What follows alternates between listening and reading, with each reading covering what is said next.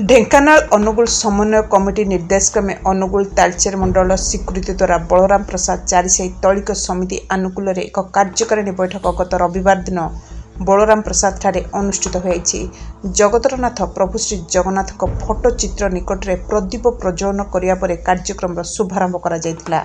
कार्यक्रम रे ज्ञानेश्वर साहू एवं गोपीनाथ साहू मंच परिचालना करिथिया बेले जिला समन्वय कमिटीर सभापति संजय साहू, कार्यकारी सभापति निर्मल चंद्र साहू एवं कोड़िए साही सभापति अंतर्जामी साहू अध्यक्षता करथिले। या सहित समन्वय कमिटीर साधारण संपादक लिंगराज बेहेरा, पुरुषोत्तम साहू, नरेंद्र कुमार सुबुद, अनुकूल साहू, विजय कुमार साहू, नखिया साहू, ऋषिकेश साहू, पवित्र साहू, श्रीकांत साहू, महेंद्र बेहेरा, भीमसेन बेहेरा, अश्विनी साहू, प्रमोद कुमार पृष्टि, दंडेश्वर साहू, ललित मोहन साहू, अनादि चरण साहू, नारी नेत्री मंजुलता साहू, संध्याराणी साहू एवं कर्मकर्ता समेत 63 समितिर सभापति, संपादक एवं सभ्यवृंद उपस्थित रही। कार्यक्रम में अतिथिवृंद जातीय गौरव, जातीय चेतना और संस्कृति विषय में निज निजर मत व्यक्त करने सहित मेधावी छात्र छात्री मानू स्वर्गत उत्सव साहू, मदन मोहन साहू, कीर्तन सुबुद्धि स्मृति उद्देश्य मानपत्र सह अर्थराशि प्रदान करते। शेष में सभार सभापति धन्यवाद देते। Angul Sagar Sahu, Odisha mobile TV. आर वर्ष आम 12 जन पिला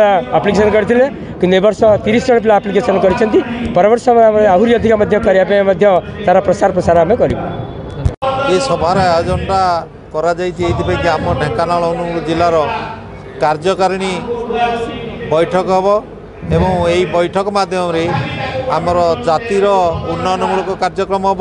या भितर आमर शिक्षार प्रचार प्रसार पिला मानक आम पुरस्कृत करुचु एवं विभिन्न प्रकार राजनैतिक चिंताधारा नहीं आर्थिक विकास करूँ एवं आम समाज लोक मैंने किभली सबु क्षेत्र में शिक्षा क्षेत्र में एवं दान धर्म क्षेत्र में क्रीड़ा क्षेत्र में एवं बेसिकाली लोक सेवा किभली भाव में एवं आमर पूर्वपुरुष सूरी मानकर गौरवटा रक्षा करेंगे, यहाँ हूँ मूल लक्ष्य।